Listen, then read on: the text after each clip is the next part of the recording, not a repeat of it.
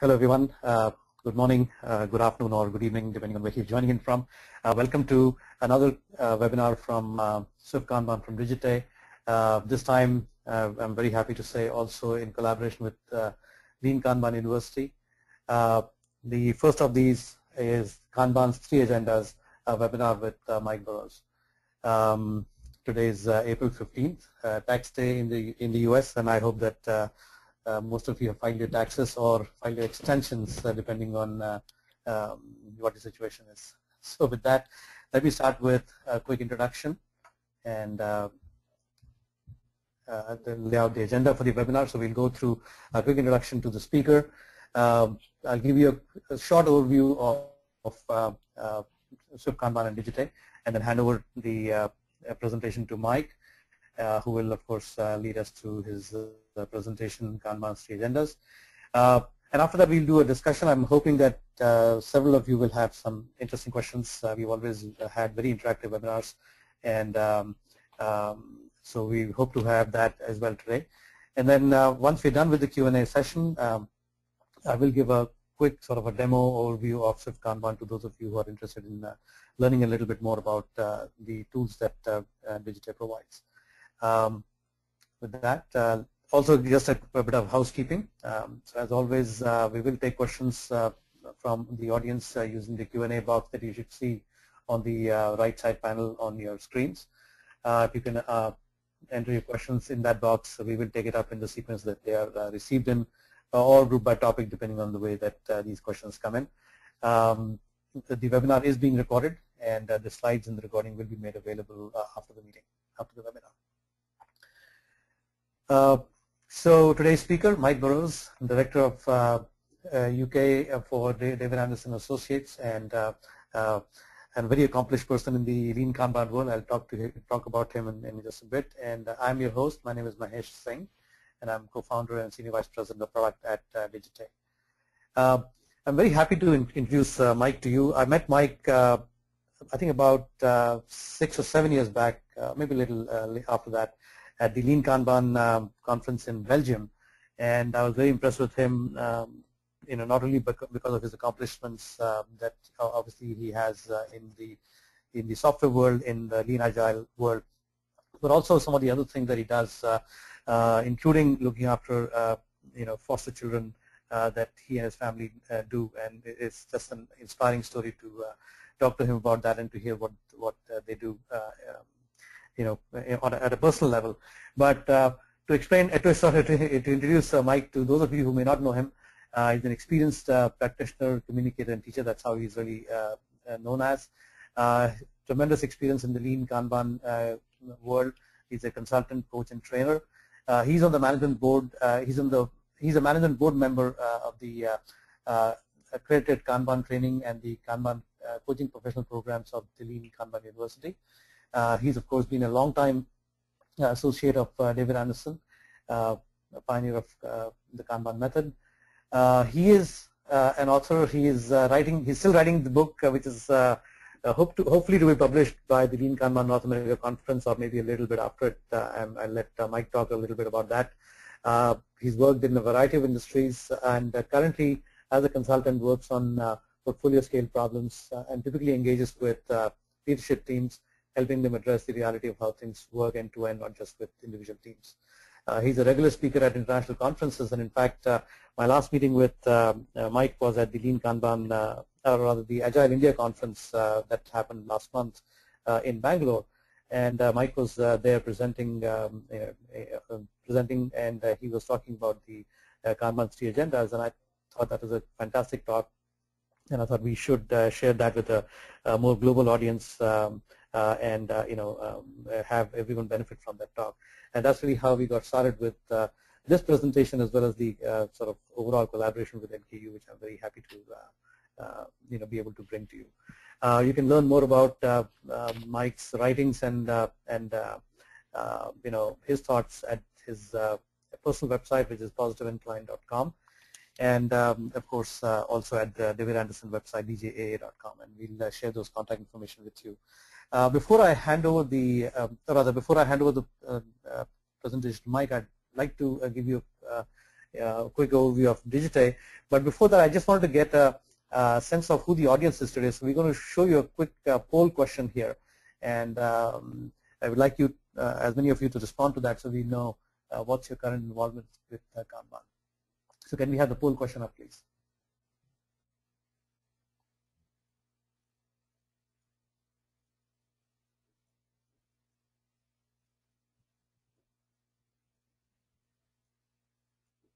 All right. So the question is on, do you currently use Kanban? And we'll see what we have to say. We'll hold it open for a few more seconds here.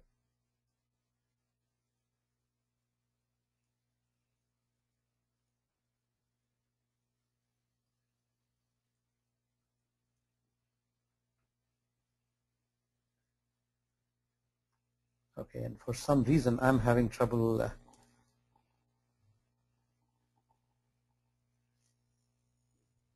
All right, so let's go ahead and close the poll. And let's see what the findings are.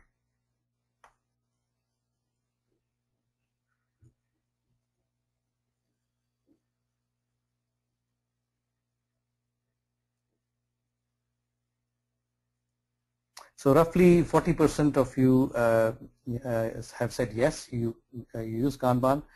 29% have said no, they don't use Kanban, and 7 are currently working with other agile techniques and will stick with agile. And there are 24% who have said agile. They currently work with agile and but are looking at Kanban to work with to explore and use Kanban in their personal work situation. So that's great. Let's give you a quick introduction to Digite, and then I'll hand over the mic to Mike. Digite, of course, is a pioneer in web-based collaborative tools. We're based out of Cupertino, California, and we've been in the business for some time. We have over 300,000 users across the world, and Swift Kanban is really our flagship product for agile teams looking at lean Kanban in their IT and non-IT business functions. As you can see, this is just a quick screenshot of Swift Kanban, and it's being used any business function which has a process that potentially could do with visualization and collaboration with various stakeholders. And here we use Swift Kanban for marketing as well, as you can see on the screenshot. Or if you're doing a party planning and you want to use Kanban for that, you can do that as well. So just a variety of functions that Swift Kanban can be used for. We also have a complete lifecycle management stack, or application lifecycle management stack, which with Swift ALM, Swift Kanban, and Swift Sync, which provides a range of integrations with engineering tools, project management tools, and just a bunch of other in-house capabilities, in-house tools that you might have.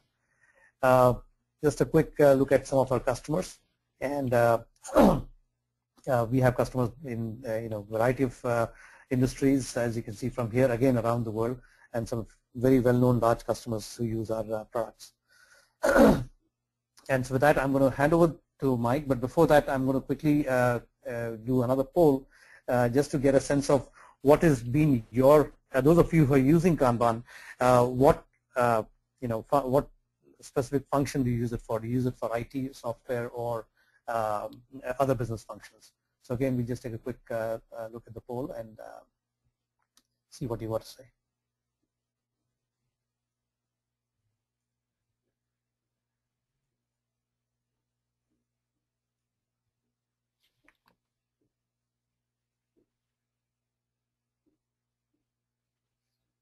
Okay, just give it a few more seconds.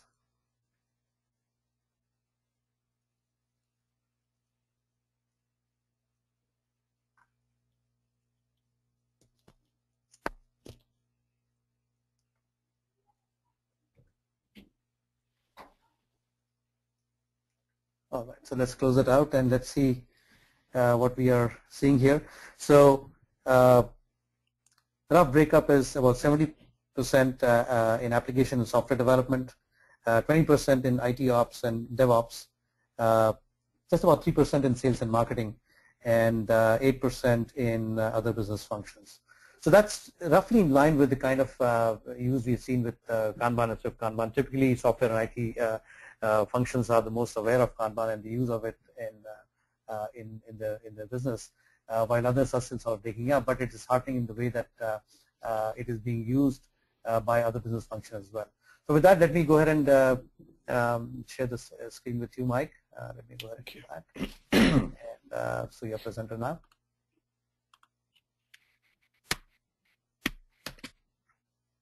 Good. You should all be able to see that slide. Well, good evening from the UK, everyone. Thank you very much, Mahesh, for that introduction.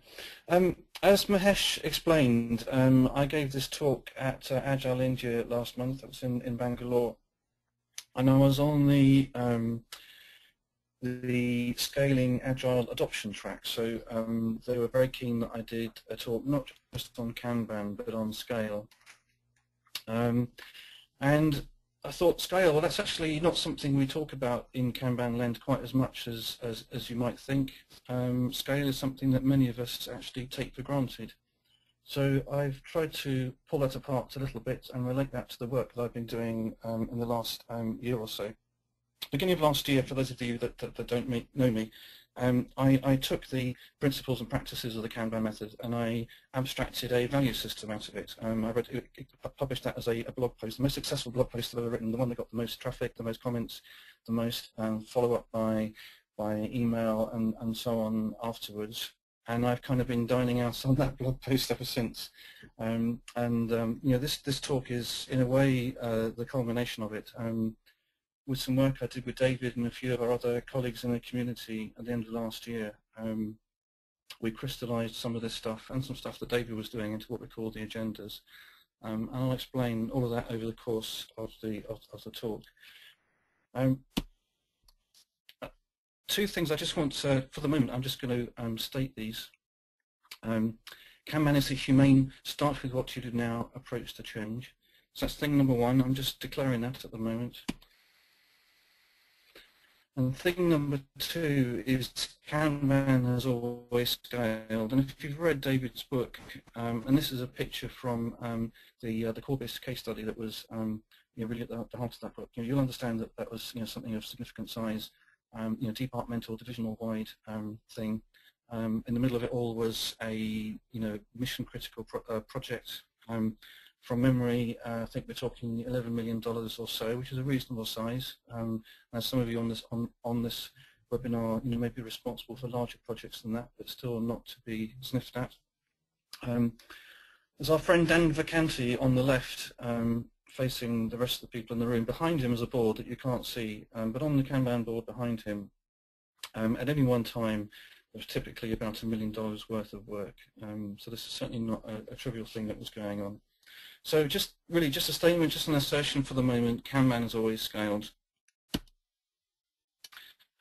Another piece of evidence for that is the book and the subtitle of the book, For Your Technology Business. You know, this isn't something that's aimed, you know, only at teams. It's not a team productivity thing or a personal productivity thing, although it actually is very, very effective at that. And in some ways, its effectiveness as a productivity tool at the individual and team level is perhaps one reason why people don't realize that there is actually more to it.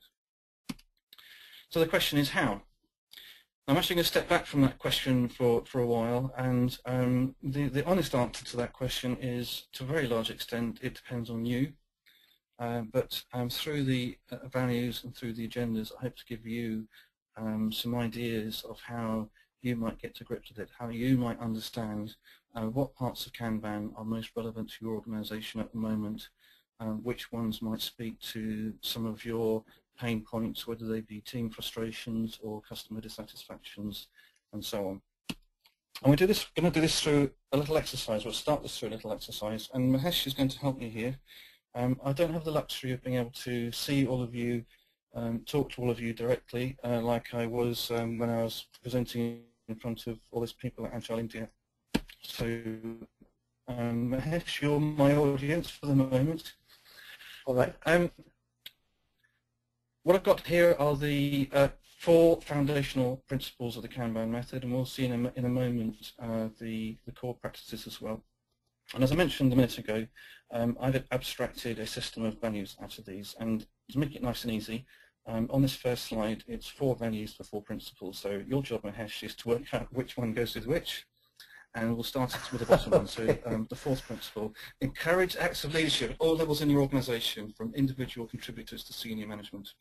And your 9 are customer focus, agreement, collaboration, flow, leadership, transparency, understanding, respect, and balance. Now those are in a random order. I didn't put them in helpful order.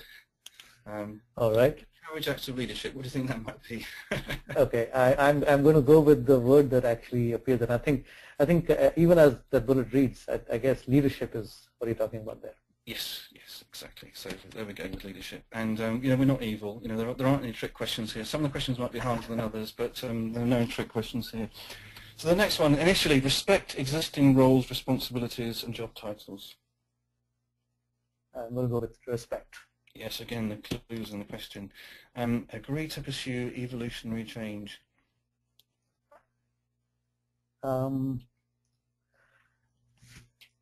Agree. The word agree or agreement, I guess. Yes, you're right. So that was just ever so slightly harder one, and I Okay. left the hardest one till last. Start with what do you do now. That's probably the principle that the most distinctive and perhaps famous one of the Kanban method. Start with what you do now. It is tricky for sure. I'm going to go with either understanding or transparency. I'll let you know. It is understanding. It is understanding. Okay. Transparency is not a bad answer. I sometimes tell people there are no wrong answers, just interesting answers, and there are canonical answers as well. And understanding is the one I originally gave to this. So that's 4 out of 4. Those of you with long enough memories may remember that we used to have just 3 principles. That was the first 3. And even 3-4 years ago, I was standing up doing talks, and I was saying, understanding, agreement, and respect. How would you expect to succeed without those? And how would you expect to change an organization without understanding actually how things are? Understanding, as I mentioned, the frustrations of teams working inside the organization, the dissatisfaction of customers outside the system, and so on. How do you expect change to stick when you don't actually work at gaining agreement for it? That's something organisations are very poor at. They think that change is something to be implemented, to be imposed, and they do a very poor job of actually harnessing the expertise, abilities, and opinions of the people who are actually going to make the change actually work. So that's agreement and respect. Some of you will remember respect as one of the pillars of Toyota or of Lean, respect for people. It's also very smart from a change management point of view. I mean, going into an organisation saying, hey, we don't need project managers anymore, it's a good way to generate resistance rather than to encourage change to happen, I would suggest. The leadership principle came last. That's just a couple of years old, but that's really just from recognising that if you compare the Kanban implementations that really went somewhere versus those that just did something interesting in a team, perhaps made things better for a team, perhaps made things a little more effective, but didn't have organisational impact. The difference between the successful ones and the less successful ones tends to be leadership. And I think that's consistent with most people's findings in any kind of change management situation. So to the practices. Now to make this one harder, one of the values appears 3 times. I'm not going to tell you which one it is, although we'll work it out soon. And also to make it harder, one of the practices, managed flow, has 2 values associated with it. So we've got a bit of a mixture here. But again, we'll make it as easy as we can, and we'll start from the bottom. So the first one is improve collaboratively, evolve experimentally. And I've hidden some small print that goes with that practice. We'll see that in a later slide. Improve collaboratively, evolve experimentally. Which one do you think that one might be? Collaboration. Collaboration, yes, not too hard. Implement feedback loops.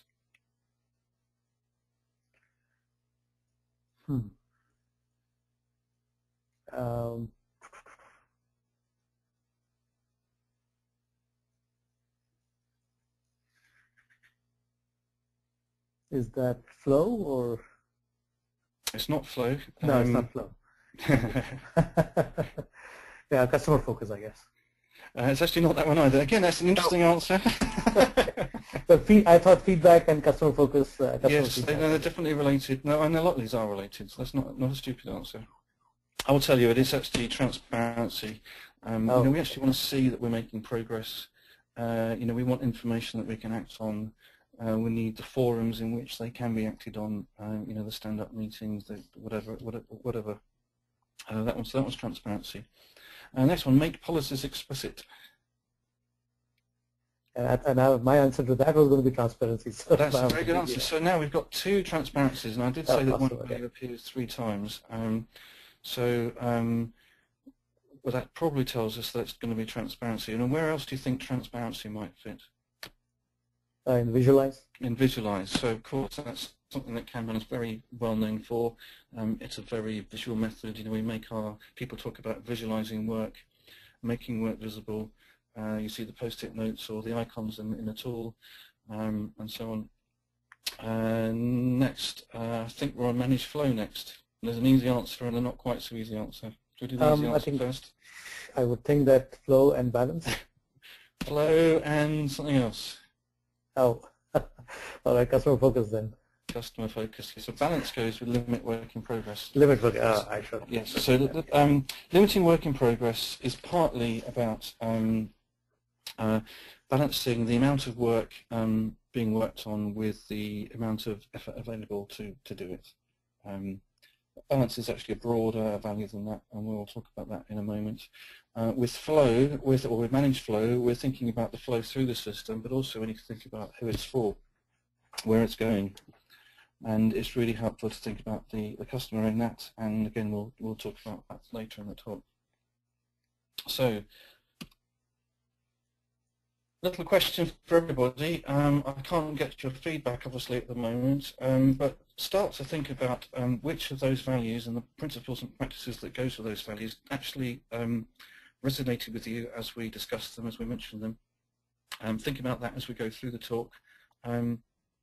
Which ones are one that just reflect you or reflect something that you think you need to work on? Which of those speak in some way into your work situation? Things that you know you need, perhaps the things that you already have, or things that you think may be a gap. So out of those 9 again, customer focus, agreement, collaboration, flow, leadership, transparency, understanding, respect, and balance. I guess most of you, or most of us, you know, do work or have worked in organizations where one, a few, or perhaps even several of those are somewhat lacking, shall we say. A little follow-up for you. We did a very fast version of that exercise. You know, I just took you through filling in the blanks. I've seen teams spend easily 3/4 of an hour on that and generate some very useful discussion. They've done things like voted on doing dot voting, three votes each on the 3 values they thought were most relevant to them, and separately the 3 they thought were most important for the organisation, and they've compared the results they've got from both, and you know, an important conversation to be had within the team or within the broader context of a change initiative, perhaps. I've open sourced that exercise. There's some hints to the whoever's facilitating it, as well as the pages that you saw. There's also a website you can look at, meldstrong.com. It's a little bit old now. It's a few months old in terms of the content. That's rather been overtaken by writing my book. But you can, on your profile on Meldstrong, list the 3 that spoke to you, and it'll link to the relevant content on the website. And if you do that, I will also make sure that you're updated when we get closer to getting the book out as well. So that was enough information. I just wanted to say that to your response to your question on the previous slide.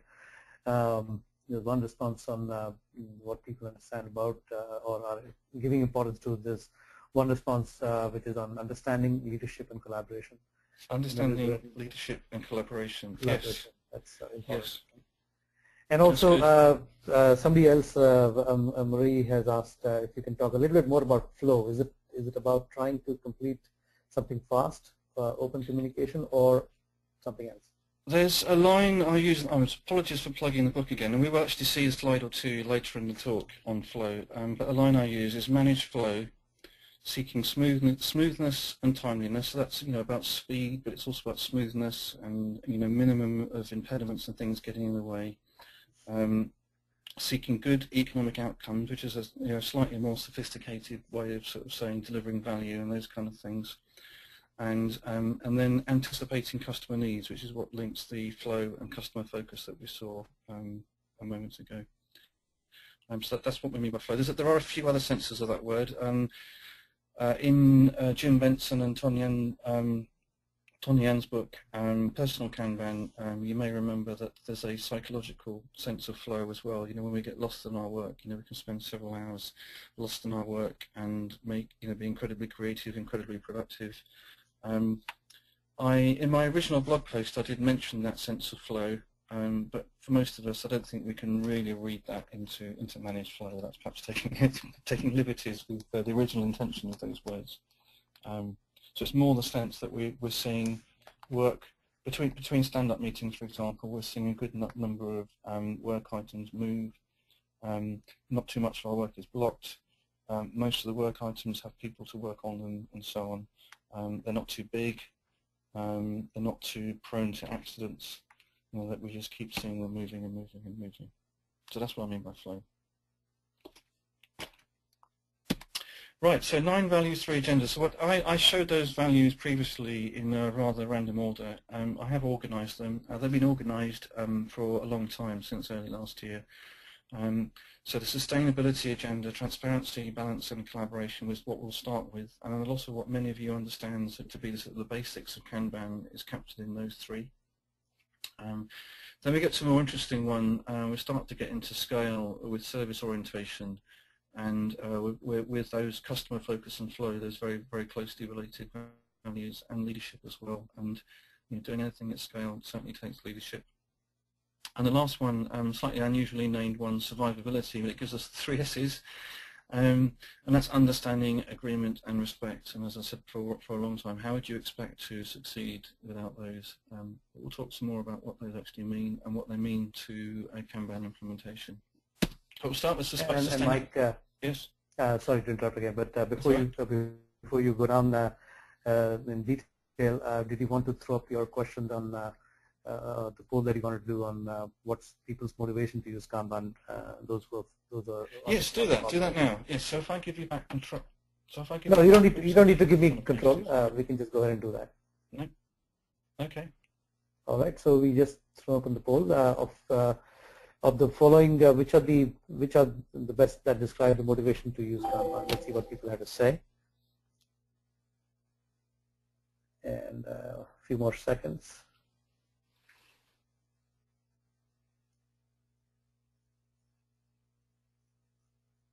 Okay, let's close it out and see what the responses be. So Mike, I don't know that you can see the poll results, but I can tell you what the people are saying. So 37%, yeah, 37% their motivation is to get visibility over our work. 22% said get relief from something, poor quality over work, etc. 15% provide better service to our customers. 24% become more adaptable, and 2% pursue fitness for purpose. Good. Okay. Well, there's actually a nice spread across the agendas there. So when we're talking about visibility, that goes clearly with transparency, improving customer service. That's bang on the service orientation agenda. And adaptability, that goes very well with the survivability agenda, and we'll explain a bit about that towards the end of the talk. Right, so we'll dive into sustainability. For some of you, this stuff may seem a little bit basic. We're talking about the real fundamentals of what Kanban's all about. But I hope you find it interesting to hear the basic stuff presented in terms of values. And when we think of a value like transparency, which is the visualization part of Kanban, realizing that we can take it further and understanding what do we want from transparency. Why do we generally think of transparency as being a good thing, and how can we have more of it? And with Kanban, a lot of what we're trying to do, we're trying to organize the work in such a way that people can self-organize around it. And when they self-organize, there's a lot of benefits to that. Self-organizing systems are known to be resilient because when conditions suddenly change, then the system itself, and we're talking here about people, can reorganize to meet that new challenge and to survive that experience or to succeed in that experience. And with Kanban, when you're thinking of Kanban as a way of finding better ways of doing things, of provoking change, catalyzing change, when people self-organize and then realize that the way the work is visualized in the Kanban system isn't perfect, could be improved, then that forces you to reorganize the work. You're reorganizing it visually, and so the cycle continues. So visualization and self-organization can really feed off each other. And I think that's a humane thing. I perhaps forget to emphasize that enough, but with each of these values, there's kind of a humane dimension to them, giving people autonomy, making obvious to people what good choices they have available to them is I think, a powerful thing. And then actually giving them those choices is essential to Kanban. I said that as you self-organize and find different ways of doing things, that the system needs to change. And the beauty of Kanban systems, physical like this on this picture, but especially electronic ones, it's run out a line and draw a new line in, move a few stickers around, and you've got yourself a new system. This is a really high leverage way of implementing change, changing your process. So I remember the old days. Perhaps I'm showing my age here, but you remember when you have the process manuals in a set of folders on the shelf, and they never got opened anyway. But it was just too expensive to contemplate changing them, and it just didn't happen. And now we actually want it to change. We encourage it to change. We make it easier to change.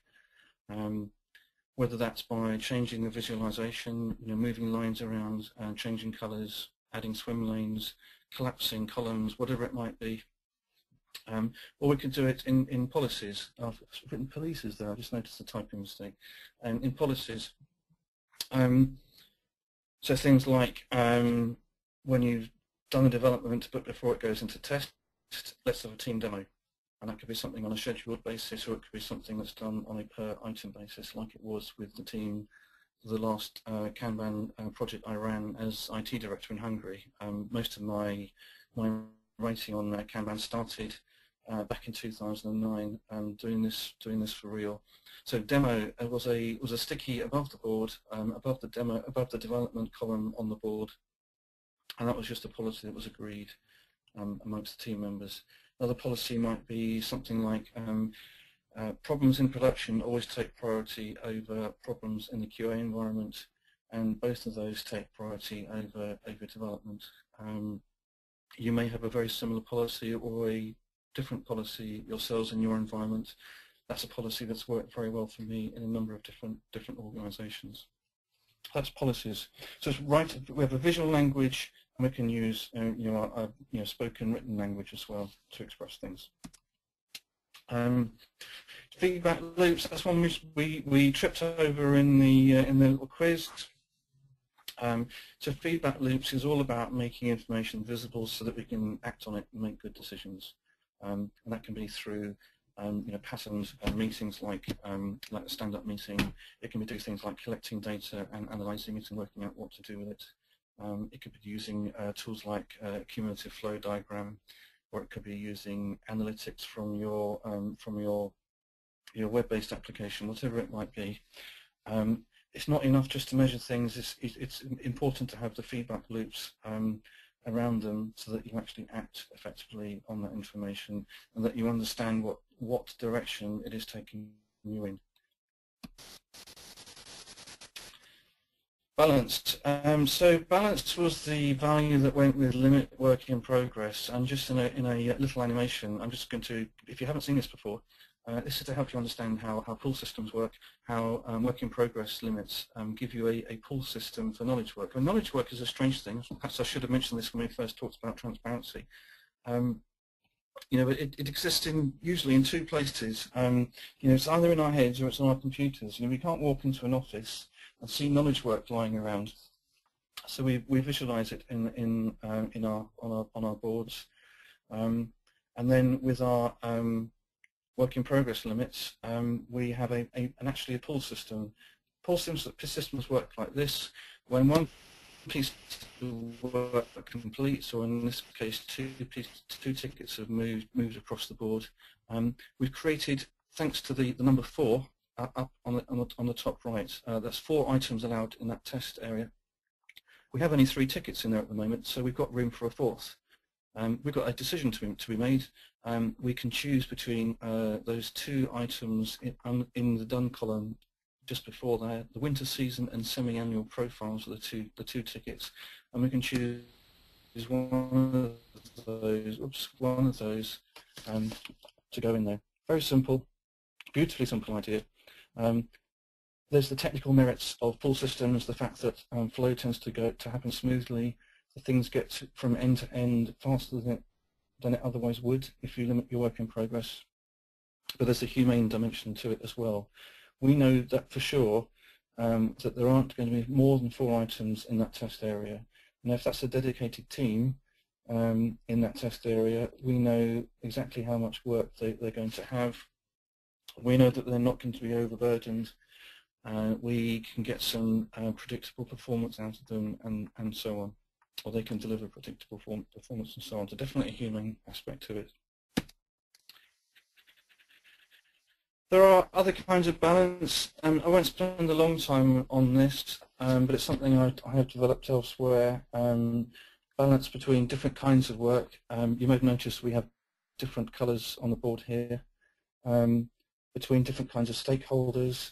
There's the people in the team, there are the customers, but there are other kinds of stakeholders in the business as well.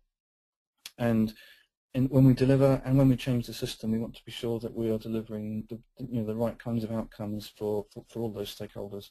And when we're talking about change, I found it to be the case that change doesn't stick when we play one set of stakeholders off against another. When we play those zero-sum games, the best improvements and often the bad improvements can be turned into good improvements with a bit of thought.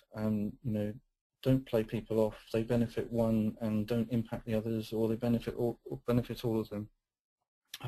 So if it's good for customers, good for people in the team, good for the wider organisation, it's more likely to stick.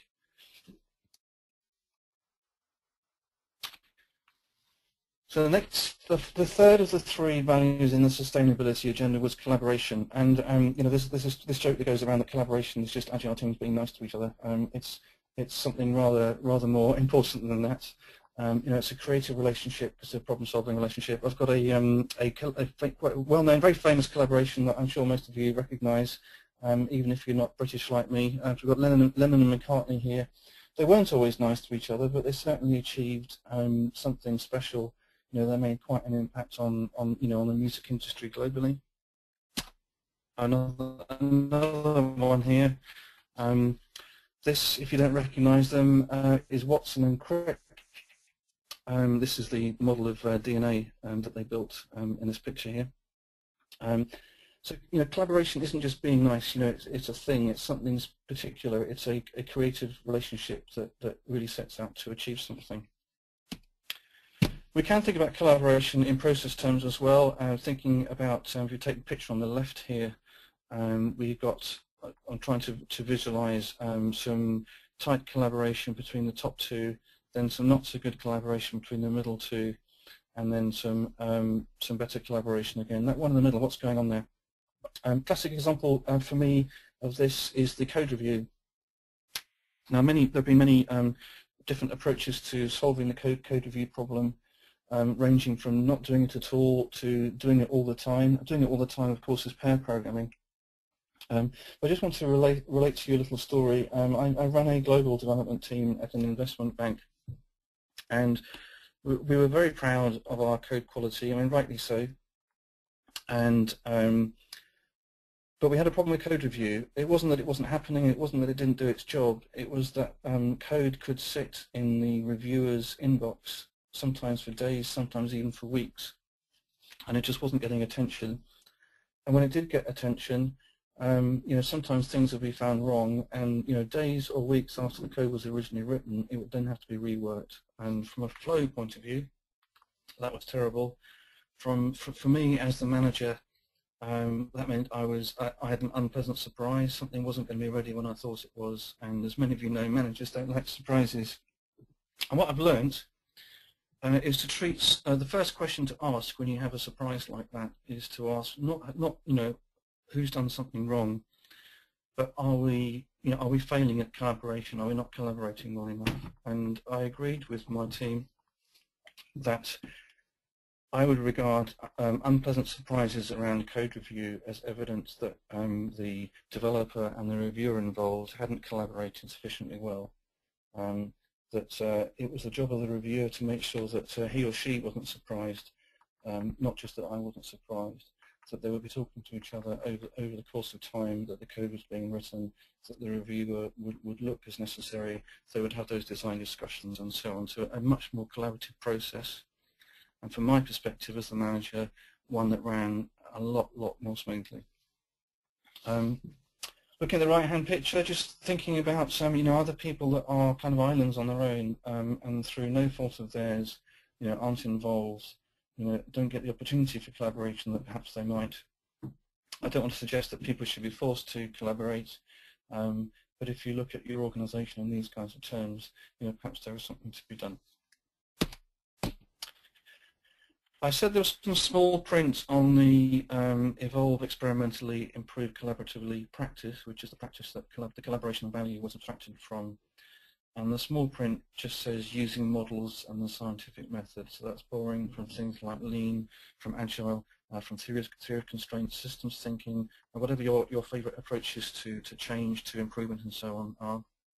And then using the scientific method on it, treating things as a hypothesis.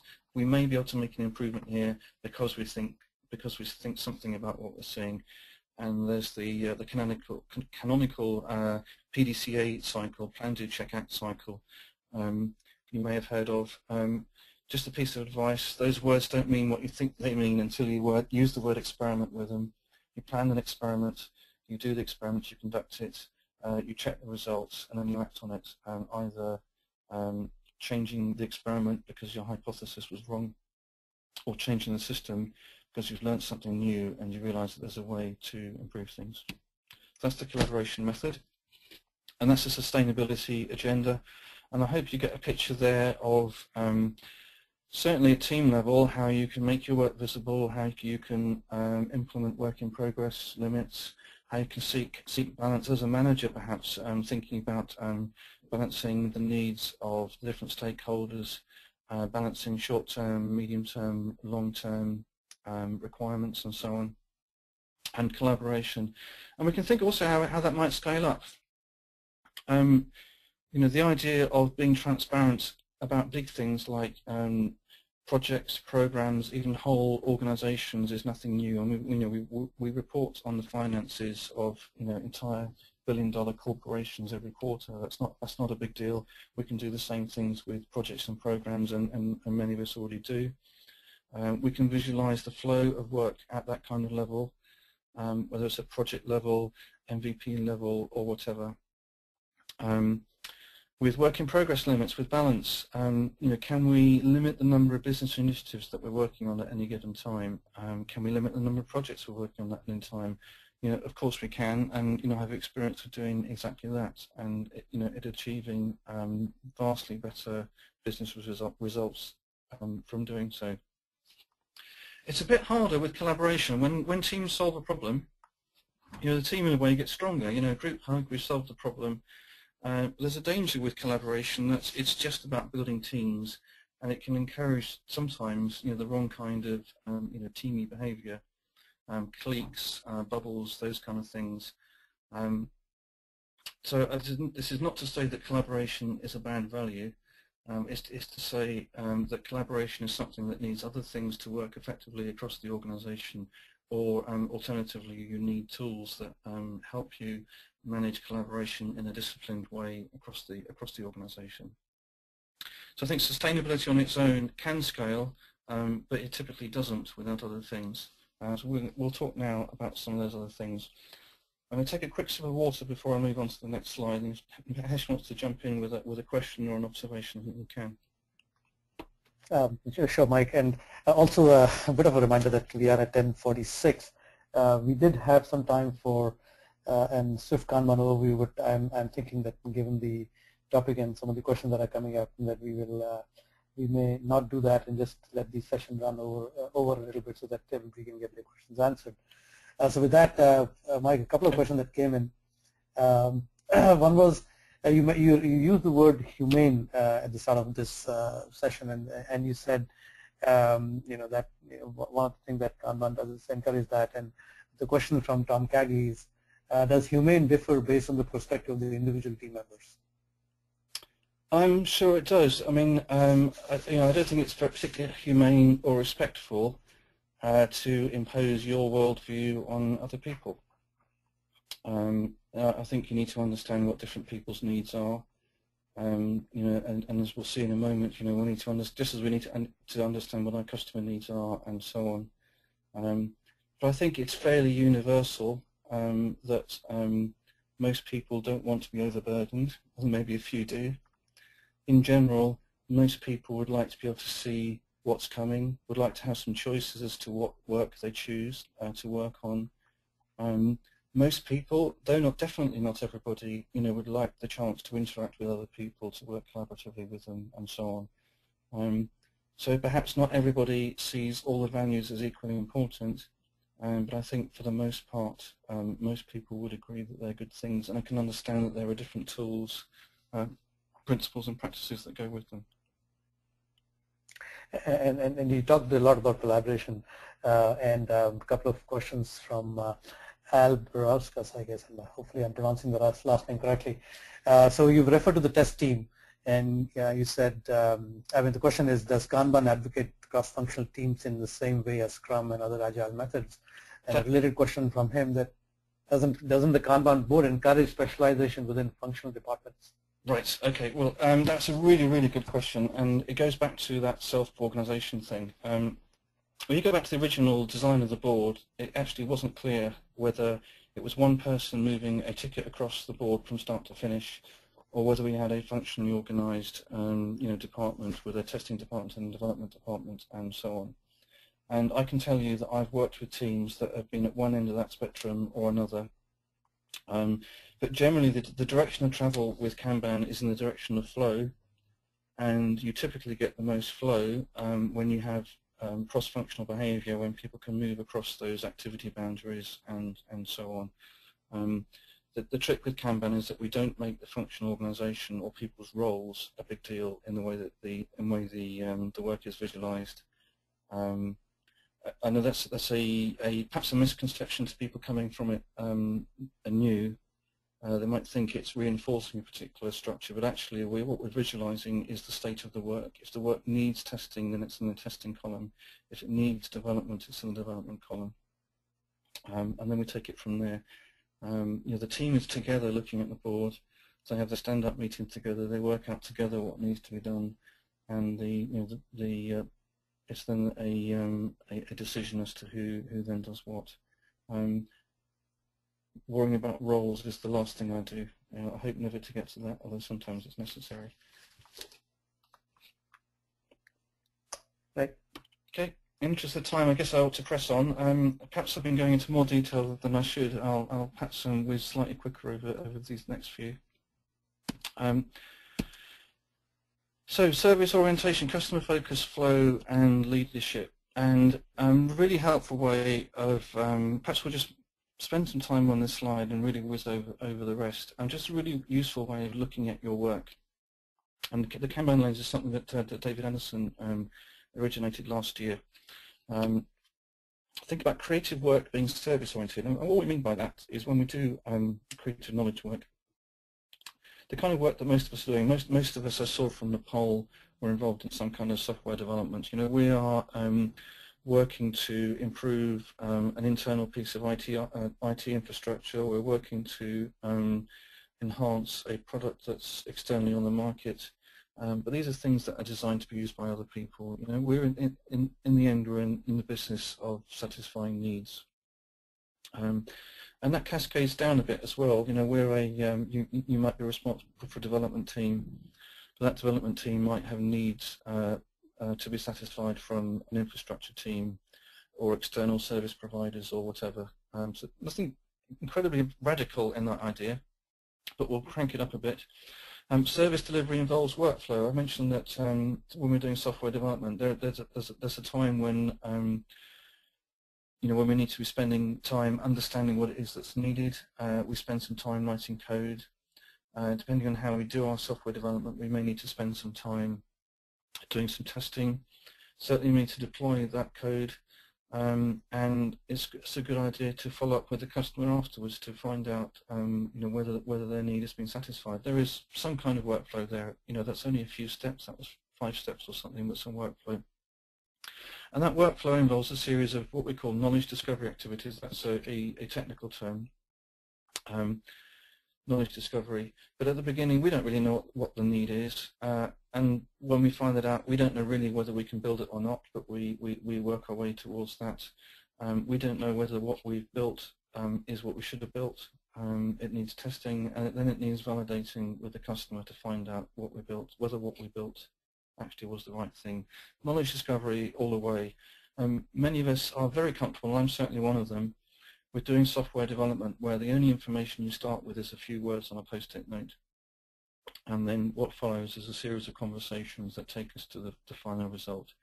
Some of us on this call, I'm sure, will be much more comfortable with, you know, much more well-developed requirements, documents, and so on. But the same is still true. You know, even when you have a very well developed set of requirements, there is still a lot of discovery still to be done. And any team that thinks that once it has a written requirement, its problems are all solved is in for a nasty surprise. So that's the Kanban lens. Creative work is service-oriented. Service delivery involves workflow. Workflow involves a series of knowledge discovery activities. And then we can look at this at scale, and I'm just thinking of some of the larger organizations I've worked in. You know, I was a development manager in a large multinational investment bank. You know, there's some upstream stuff. I was one of several development teams. We delivered through a shared test team. So that's the sort of the top strip of services. At the bottom, yeah, there are other teams that we were dependent on. We were dependent on some database services, some middleware services, networking services, and so on. And you know, always our challenge is coordinating our work so that we deliver a good result in the end, not just into production, but a result that meets customer needs. And we're actively seeking feedback on all of that. We're talking to our customers, finding out whether we've met them. We're looking at our production environments to understand whether they have the capacity, whether they're working well, and so on. It's always new things to be discovered, and even in a mature system, the opportunity to learn more things about the outside world. Because one thing we can be sure of is that the outside world is always changing. But a good question to ask is, how can we better anticipate customer needs? And you know, this idea of the knowledge discovery process is a really helpful way to think about our workflows and thinking about you know, what do we know now, but also what don't we know now. Can we think a bit more about what is the need behind the need? What is it about the customer that caused them to ask for this particular thing? Or what is it about our understanding of the customer that caused us to think that this might be a good feature to add to our product, and so on. And starting to speculate a bit more and to think of good, cheap, fast ways of you know, generating the feedback that will confirm or otherwise our understanding of the customer. And secondly, how soon will we know that we have met a customer need? And I've got a little story here if we've got the time. I got sick and tired of delivering features that were never used, and I agreed with our business that we would, at the end of our process, have the developer talk to the customer to get confirmation that the feature did exactly what they wanted and they were using it and it was useful to them. And it was quite a provocative thing. It was deliberately aimed at making sure that we weren't asked for things that would result in an embarrassing conversation, and that actually we don't need it anymore. What I found, and this was actually quite a humbling experience, that knowing that conversation was going to happen, that the way the final bits of implementation were done, all that bits of configuration and static data, all those kind of things, was done a lot better and with customer involvement, so that the system would work happily on day one when it was deployed. We found that customers and developers worked together more closely to make sure that, again, that conversation was going to be a happy one. The developers were working collaboratively again with the customers during development to make sure they were building the right thing. And of course, the prioritization decisions were made a lot more carefully, again, knowing that this conversation was going to happen at the end. It turned out, it wasn't that we had bad customers who asked for stupid things. It just turned out that our whole process wasn't quite as collaborative as it should have been. As I said, quite a humbling experience to go through. A real eye-opener, and I've just captured that in, how soon will we know that we have met the customer need? And that's a question we need to be asking ourselves time and time again, all the time, asking that about our processes, but asking ourselves, every day about our the pieces of work we're actually working on as well. And I found that to have a very catalytic effect on the process, and has end-to-end effect, so it's really relevant to a scaled discussion. Just want to bring in leadership briefly. So that was the third of the three. Out of customer focus, flow, leadership was the third. I just want to mention Morten Hansen and his T-shaped leadership. I don't know if you've heard of this before, but the idea is that we want leadership that, of course, encourages collaboration within teams, and that's something that we are learning. I think it's something the Agile community should be highly respected for, celebrated for nurturing and providing some more insight into that and tools for achieving that. But also we need leadership that, in a disciplined way, connects people across the organization so that we address these problems of flows, that people aren't just stuck in their little bubbles, but they are thinking about where work is coming from and where it's going to, and preempting any problems between those two ends.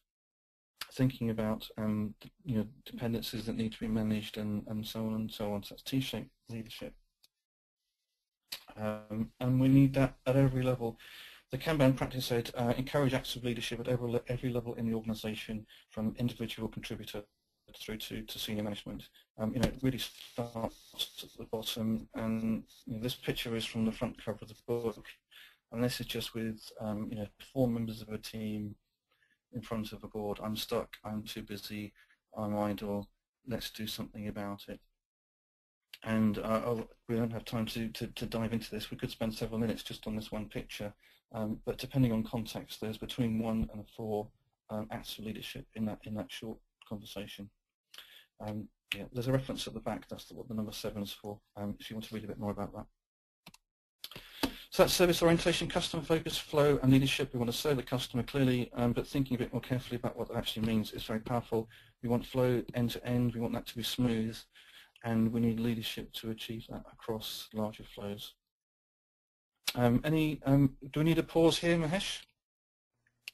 I think we should push on, Mike, given the time. We are nearly at the top of the hour. Okay. So lastly, and again we can do this quickly, survivability agenda, understanding, agreement, and respect. And really, I just want to point out 3 patterns of unsafe change, and we'll probably leave it pretty much there. The first one is bravado. So I got that from Jim Collins' The Good to Great book. That's acts of so-called acts of leadership, but they are beyond the capability of the organisation to sustain, and they bring the organisation into a state of discomfort and danger even. Some of you will have heard Russell Ackoff saying the biggest sin of management is complacency. That's not making change when change is necessary. And Deming was famous for tempering, the instinctive need of managers to intervene, to get involved, when anything deviates, and not respecting that there's a certain amount of natural variation in the system, not understanding the difference between natural change and change due to specific events that actually do need to be dealt with. To characterize that as change that's too fast, change that's too slow, change that's too random, and clearly we need a better sense of understanding, which is where the understanding value comes from. Won't spend a lot of time on this, but the J-curve effect, many of you will have seen pictures like this. It gets worse before it gets better. It's a short version of this picture. It's also worth considering how deep does that J go. Can the organization actually sustain the change, and how long will it take? Does the organization have the patience for it? And a good alternative to big J's are lots of small J's. So this is where we're evolving. We're discarding the changes that didn't work. We are banking the ones that do, grow our capability to change.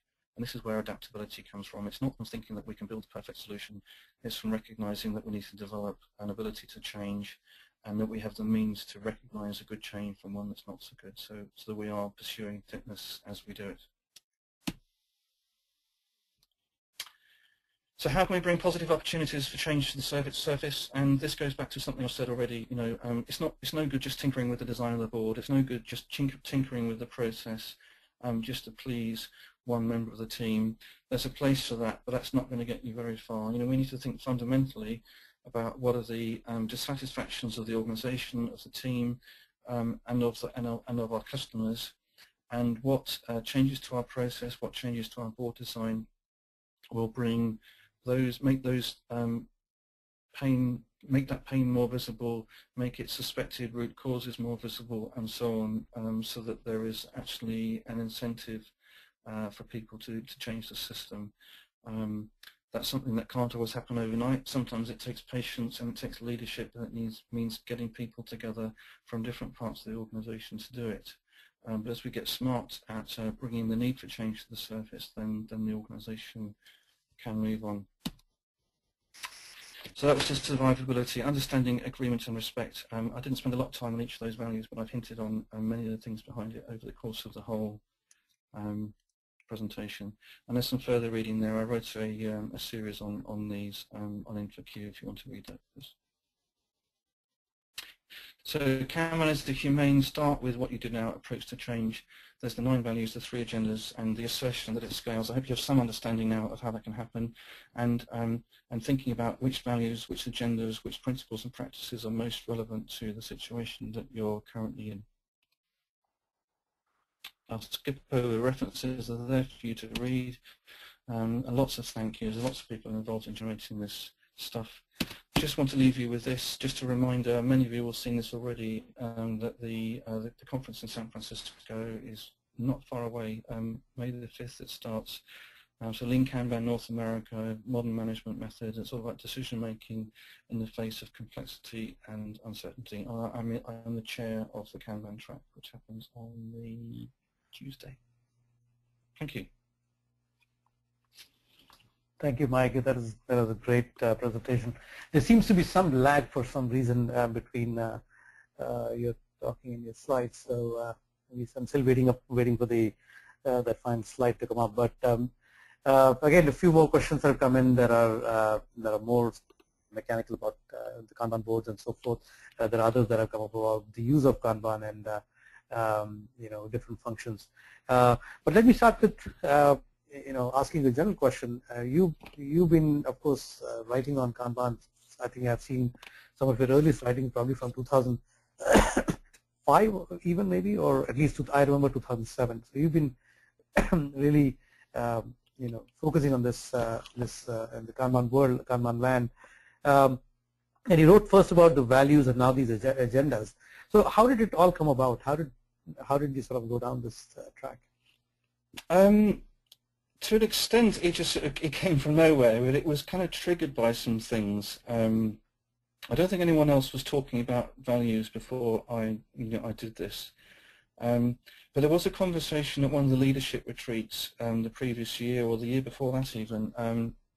Håkan Fosh asked the question, are the practices in the right order? We actually don't necessarily implement them in that order. And he thought of a different order. But then we concluded, well, actually, the order that we implement the practices in tends to vary from organization to organization, And even when we do, we tend to go back to them and implement them more deeply and so on. And we came to the conclusion that it wasn't a question of, are they in the right order, but how deep are we doing them? And equally, it wasn't a question of are we doing Kanban or not, but how deep are we doing it to? And we came up with the idea of a tool that would actually measure that, some questions that you could answer, and that would draw you a nice radar chart, spidergram, or whatever you want to call it, that was a measure of your adoption of the Kanban practices, which is great. It's a great tool.